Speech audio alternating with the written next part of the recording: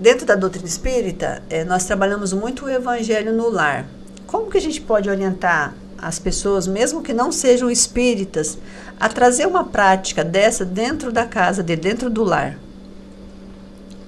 Bom, agora a gente vai buscar o aspecto de quem todos os componentes do lar devem seguir. A gente está acostumado a seguir, a gente entra na rede, seguir, aperta seguir. Dá um like aí, aperta no seguir, siga eu, né? Mas há 2000 anos, alguém disse, vende a mim, siga-me. Aperte o seguir aí, dá um like, você gosta de Jesus ou não? Não é? Se Jesus viesse, né, ele ia falar assim, dá um like aí, siga o... Mas ele disse com outras palavras. Mas ele explicou o motivo. Ele disse que ele é o caminho da verdade e da vida. E ninguém vai ao Pai senão por mim. Então, o Evangelho, ele é consequência de uma maturidade espiritual. De alguém que sabe que precisa compreender como agir sob o modelo de Jesus. Buscar fazer de forma semelhante. E aí o Evangelho no lar é um ambiente de aprendizado, não de lavar roupa suja. Não é esse o momento, não é o momento de resolver e fazer combinados, e sim de estudar o Evangelho de Jesus. É importante que Jesus esteja presente dentro da sua casa. Então, buscar um dia da semana, horário fixo, fazer uma leitura do Evangelho, refletir sobre a leitura, fazer a oração. O Evangelho no lar, nos dias atuais, ele é um momento de cura. Porque nós estamos num momento onde as influenciações de encarnados e de espíritos desencarnados estão muito graves. Elas estão em um momento do planeta onde ninguém está isento de sofrer consequências graves por influências espirituais. O Evangelho vai nos trazer uma oportunidade de equilíbrio, não só pelo aprendizado, como espiritualmente nós estamos higienizando o ambiente familiar. Então nós podemos dizer, se eu trago para dentro do lar uma oração, então a pessoa não tem o Evangelho, por exemplo, segundo a gente usa o seu Evangelho segundo o Espiritismo, mas a pessoa tem uma Bíblia, ela pode pegar a Bíblia, abre ali, faz aquela leitura, ela está trazendo para dentro da casa dela Jesus, para dentro da casa dela. Trazendo com sinceridade, de propósito, se torna um hábito de lembrar de Jesus em família, começa a criar uma cultura familiar em torno do mestre nosso, do nosso modelo e guia da humanidade. Hoje nos lares, então, talvez a gente perceba que o que falta é essa união. Então, hoje as famílias talvez nem sentam mais para almoçar junto ou para jantar junto, está cada um em um canto. Então, se a gente traz essa prática de sentar para conversar, para orar, para refletir, então isso pode trazer uma união, um alívio dentro do lar, uma harmonia dentro do lar. É isso? É fundamental. Sem o Evangelho ficamos muito frágeis. Já estamos frágeis, ficamos mais. Com o Evangelho, a casa pode até balançar, mas não cai. Que é aquela passagem que diz que quando a gente constrói a casa sobre areia, ela rui. Mas se eu construo ela sobre uma rocha, ela tem força para passar as dificuldades, é isso? Jesus trouxe essa metáfora, né, do homem previdente que constrói sua casa sobre uma rocha. E aquele que, infelizmente, constrói sobre areia não tem sustentabilidade, né? E quando a gente fala de ser essa rocha, nós pensamos que eu consigo imaginar assim, na minha família, por exemplo, eu vejo que meu pai e minha mãe foram essa rocha. eles tiveram essa limitação que nós falamos agora de decidir, de dizer não na hora que é necessário, mas também eu percebi que a minha criação veio muito na fé, ter uma fé muito viva, muito forte. Então, mesmo naqueles momentos difíceis, isso vai passar, né? A gente sabia, ele sempre havia essa fala, isso vai passar, minha filha, isso vai melhorar. Então, será que a gente não está deixando de dizer isso aos filhos? Olha, momentos difíceis vão passar. Isso, nós temos que ter fé, nós temos que ter esperança. Podemos dizer que hoje falta essa fé em dias melhores, falta essa esperança num dia melhor, o amanhã melhor dentro da nossa casa, com os nossos familiares? Se os nossos familiares, se no lar a gente não confia em Deus, não tem aonde confiar. Ou a gente confia em Deus e entrega-se com essa fé convicta de que Deus sempre vai nos atender, ou nós vamos sucumbir. E confiar em Deus não é pedir a Deus que não mande desafios. Confiar em Deus é pedir que nos dê força para aprender com os desafios. Confiar em Deus é não ter a ilusão de que um desafio é uma barreira para a minha felicidade, e sim um convite para que eu seja mais feliz sendo uma pessoa mais evoluída moralmente.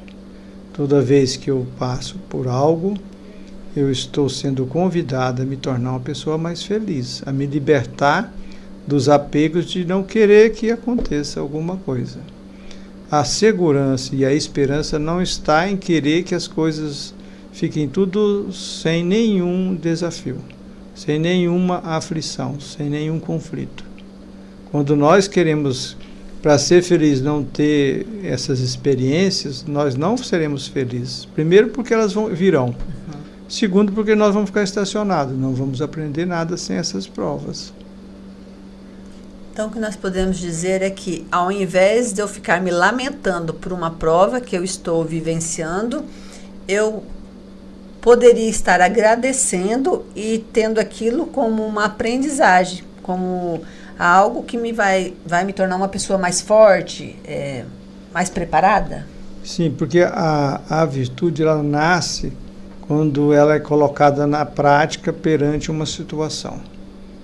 Então, se eu quero desenvolver habilidade para ser compreensivo, para ter compaixão, eu não consigo desenvolver isso sem a experiência que me pede compaixão.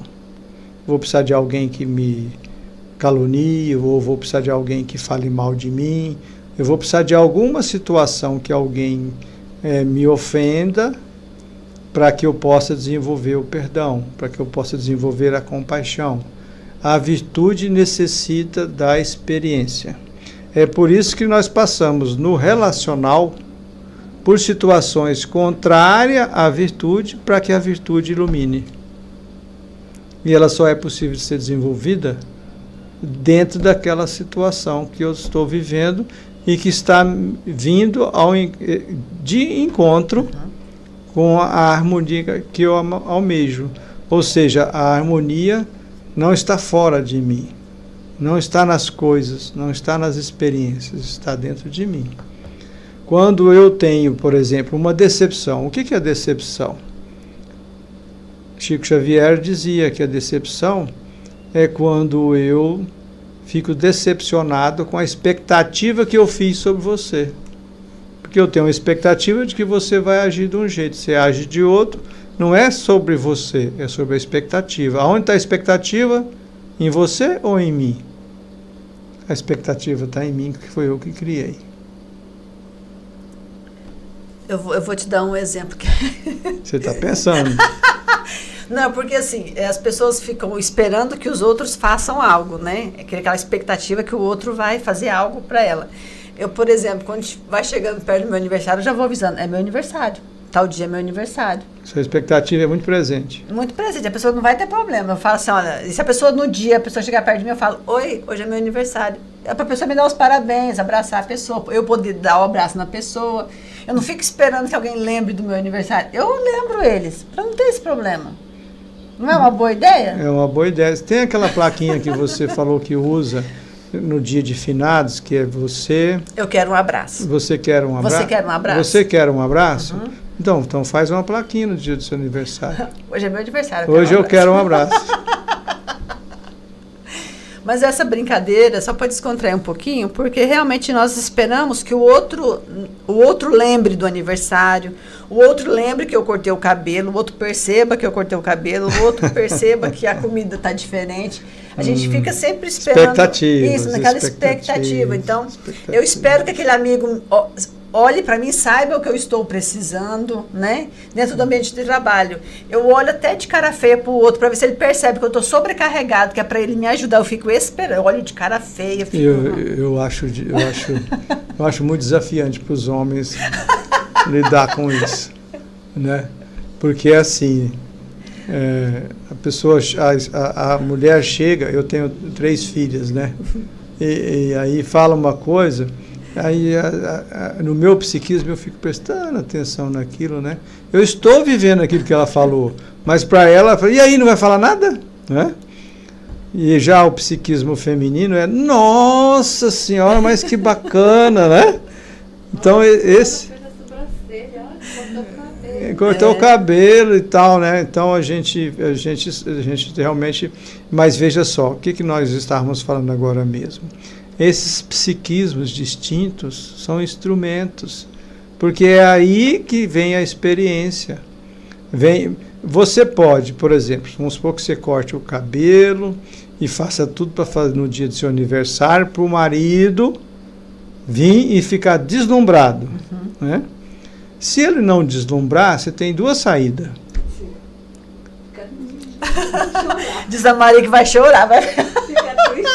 Sentar na calçada e chorar, né? Ou fazer o que você fez.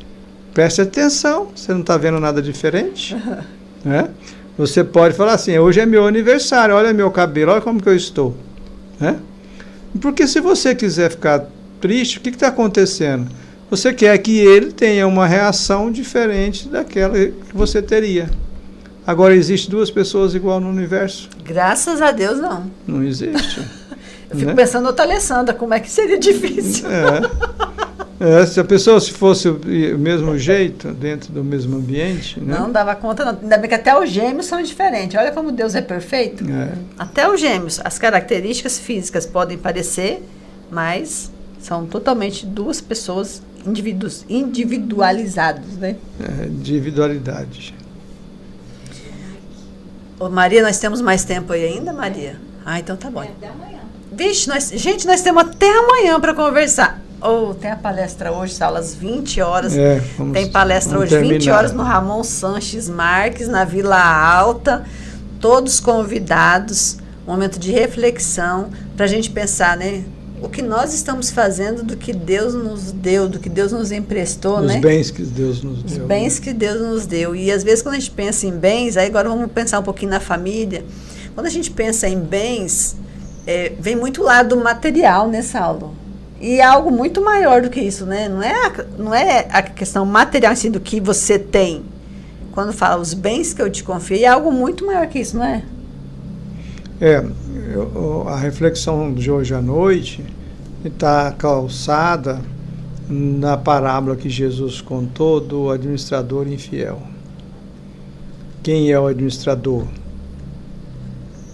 Que deve administrar os bens que Deus nos deu para poder evoluir. E aí? Cada um tem que administrar o seu. Então, é a consciência. Mas muitas vezes ela fica adormecida.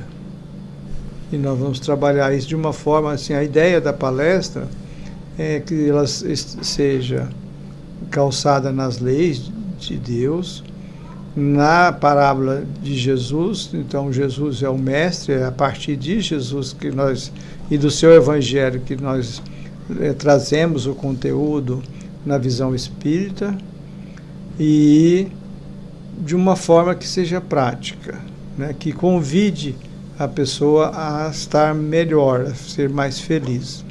Nós vivemos dias que há um grande desafio para ter felicidade, para ter um mínimo de harmonia íntima, de alegria cristã. Não estou falando da euforia, porque a euforia tá fácil. Nós temos inúmeros ambientes que oferecem euforia. De bebidas, de farras, de festas. É fácil ter euforia. Mas a euforia é igual fogo em palha. Deixa uma ressaca muito grande. A alegria genuína é a alegria cristã, daquele que traz Jesus para o ambiente íntimo e vive seguindo o exemplo de Jesus. Esse mesmo que com uma doença grave ou com uma situação de um ente querido que partiu, ele tem uma alegria, uma gratidão, porque ele vê sentido na vida. A vida só tem sentido quando eu encontro a minha essência, quando eu desenvolvo o ser e não o ter ou o fazer. Essa dimensão do fazer é importante, eu preciso de ter uma profissão para fazer uma atividade, para desenvolver o ser. Eu preciso ter uma família para fazer relacionamentos cada vez mais saudáveis, para desenvolver o ser que eu sou. Então, o ter é importante nesse aspecto. O fazer é importante nesse aspecto de labor, de laborar, para desenvolver o ser.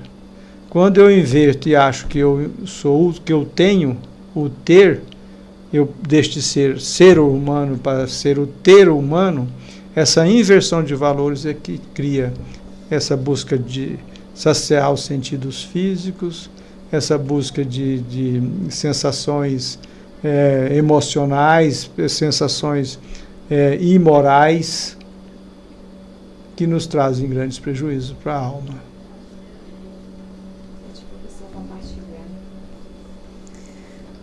Pessoal, quem estiver assistindo, dê um like aí se gostou, compartilhe com os amigos, com as pessoas que você sabe que essa informação que nós estamos passando aqui seria interessante para poder ajudar alguém, né? Saulo, nós estamos no mês do Setembro Amarelo, né? Qual mensagem você deixaria, já que nosso tempo está quase se esgotando aí também, qual mensagem você deixaria para as pessoas que estão nesse sentimento assim do ter e ao mesmo tempo, porque a gente sabe que chega um ponto que o ter já não preenche mais, que a pessoa busca, ele vê que tem tudo aquilo, mas no fundo falta algo, né? Aí vem a depressão, ideia suicida, mutilações, tantas outras situações, perda de entes queridos. Como você pode trazer, deixa para nós uma mensagem. Primeiro eu vou deixar a mensagem para você que às vezes está passando por uma situação de baixa autoestima ou de isolamento, ou que está num processo depressivo, que não vê sentido na vida. Eu, de uma forma bem objetiva, eu sugiro, busque tanto o apoio familiar, por mais que isso para você seja muito desafiante, busque a medicina, os médicos, os psicólogos, os psiquiatras, não deixe isso para depois. E terceiro aspecto, não menos importante tanto quanto da medicina, Deus. Busque Deus dentro de você. Como que você vai buscar Deus? Na sua religião. Você provavelmente vive num ambiente familiar que pratica algum tipo de religião. A religião é um instrumento para te ligar à sua essência. Vá buscar os estudos sobre Deus, sobre Jesus, porque se você é uma criatura criada por Deus, a criatura deve buscar a sua origem. A sua origem é em Deus, que é a causa primeira de todas as coisas. Sem encontrar Deus dentro de você, o vazio vai sempre existir. Porque pode estar envolvido com uma série de abundância financeira, econômica, de estrutura, tem tudo na vida, mas está vazio de Deus. Mas não é um Deus para idolatrar, é um Deus para adorar.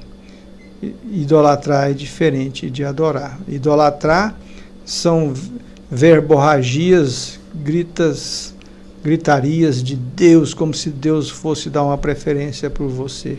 Deus te criou. Então você existe porque Deus criou. Ele criou como presente para o universo. E Deus dá para você os instrumentos para você cumprir a missão de construir a sua própria felicidade. E por último, só você consegue sair da depressão. Ninguém vai conseguir isso. Você é o único. Você é o artífice da sua felicidade. Não existe nenhum no mundo que vai fazer isso por você. E Deus também não faz isso por você. Agora você vai ter Deus para te dar o colo, o amor. Vai ter Jesus, que é o mestre, o guia. Vai ter sua família, alguém que te ama. Vai ter bons médicos, bons profissionais. Você vai ter o ambiente religioso. Ou seja, é só você que consegue. Mas você deve buscar ajuda onde ela existe. E ter vontade, persistência e começar a fazer de forma diferente. Agora eu vou dizer para quem tem familiar passando por isso. Crie um ambiente saudável no seu lar. Mude as músicas. Mude o psiquismo. Coloque música instrumental 24 horas no ambiente com uma altura bem baixinho. Deixe de ter dentro de casa lixo que vem pelos TVs e outros veículos. Senão não vai ter jeito. Mude os hábitos. Ah, mas eu vou ser um alienado. Não é alienado, é viver a sua essência. Você é quietude. Você nasceu em essência luz. Deus criou assim. É buscar. Vai ser mais trabalhoso do que a euforia, eu sei. É fácil sair, tomar uma cerveja, anestesiar as coisas. É fácil colocar a culpa em Deus, colocar a culpa na vida, nos outros. Mas não tem culpado. Só existe o responsável, você. Então crie um ambiente onde sua casa seja um jardim que atrai os benfeitores espirituais. Onde a sua casa seja um jardim onde as borboletas do amor venham habitar. E aí, paulatinamente, o seu ambiente vai ser propício para a mudança e o relacionamento familiar será saudável.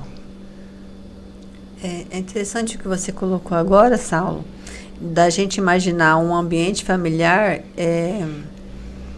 com harmonia, né? Às vezes a pessoa acha que uma casa saudável, uma família, uma casa perfeita, é uma casa cheia de coisas novas que estão lá disponíveis, coisas materiais, quando na verdade a construção ela é muito maior que isso, né?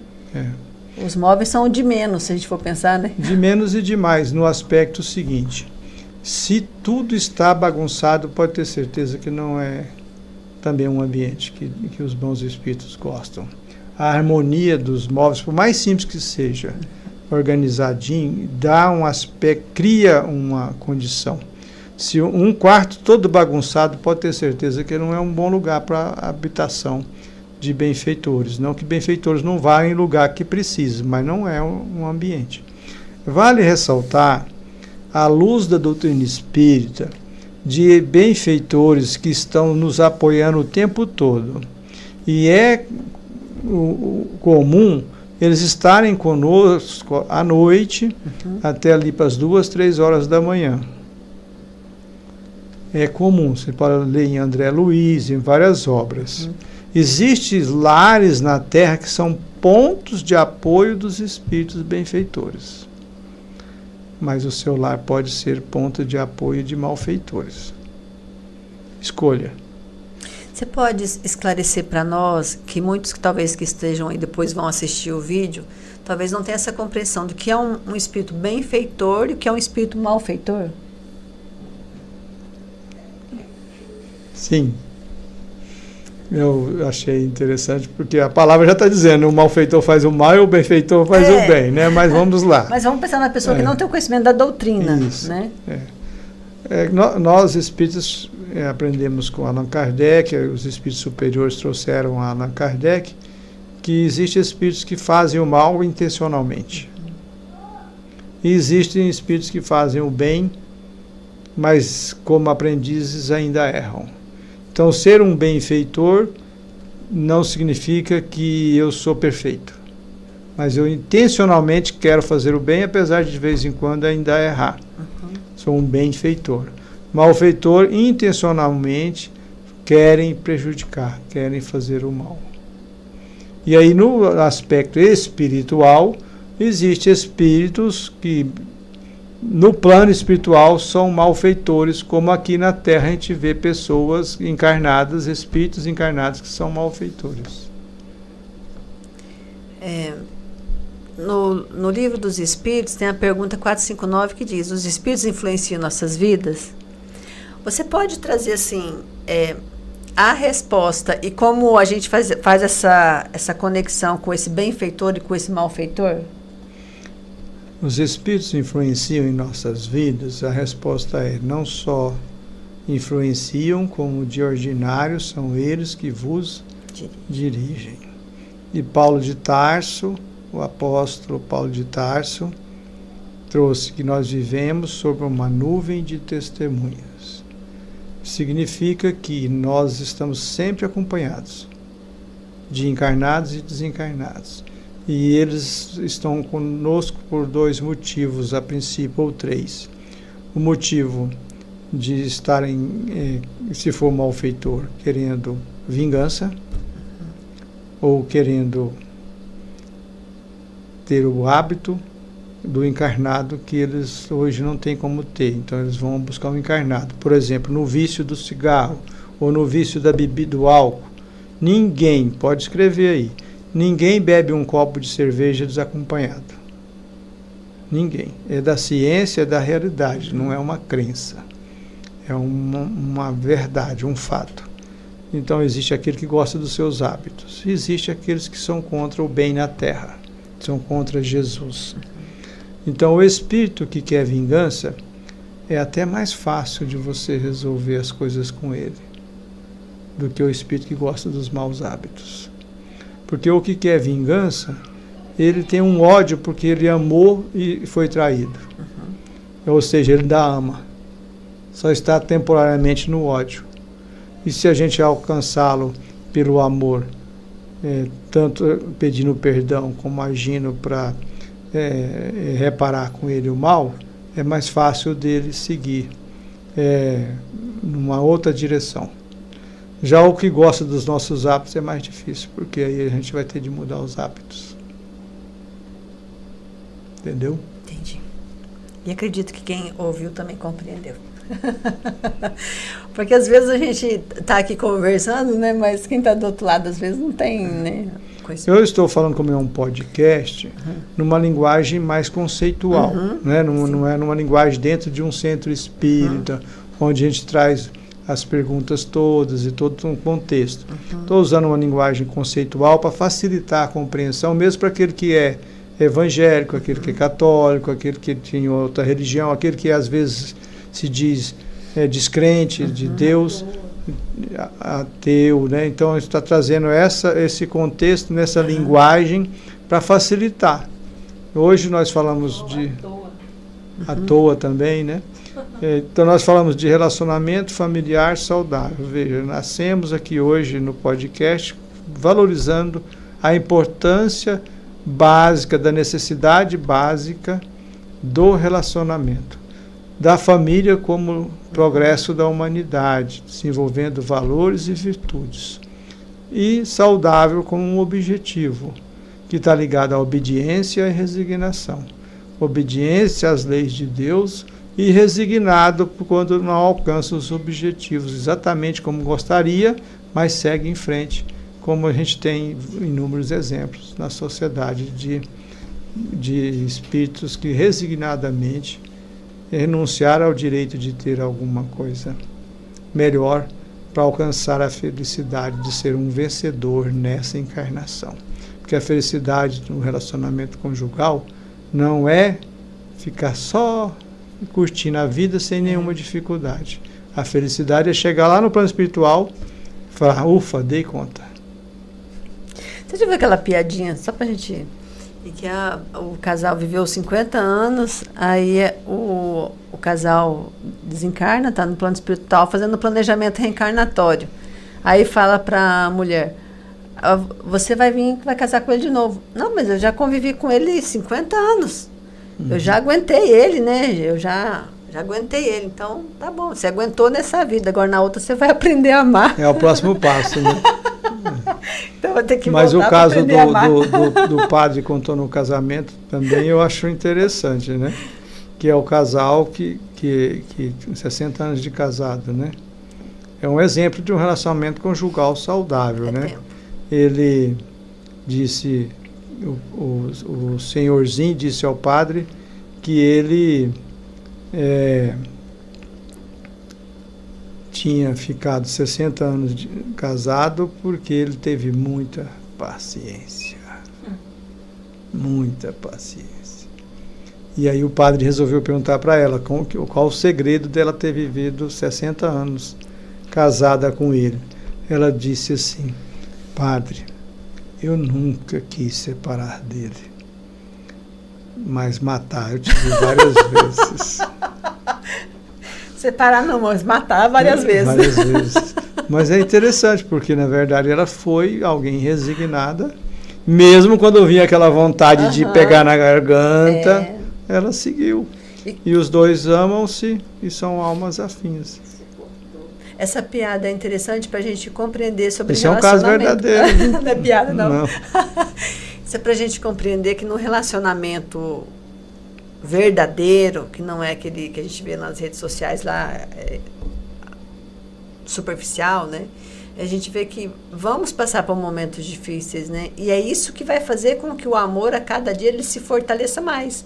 Porque vem a admiração, vem o respeito, vem a cumplicidade entre um casal, que é o que vai fortalecer cada vez mais. Então, as dificuldades não é para que a gente desista no primeiro momento, mas que a gente persista, porque da mesma forma que eu olho para o outro e falo assim, ele é difícil, o outro talvez olhe e fale assim, ela é difícil, né? Mas os dois difíceis juntos pode manter um relacionamento e uma família estável, mais segura, né? Não sem dificuldades, mas amparada na fé, na esperança, unidos, né? Quando a gente ama de verdade, a gente vê a alegria em cada conquista, cada gesto. Quando nós desenvolvemos o amor profundo, nós não ficamos discutindo se vamos continuar casados ou não. A gente sabe que ama e sabe que mesmo com desafios... Claro, tem as situações extremas, que aí é um outro caso, né, que precisa ser cuidado.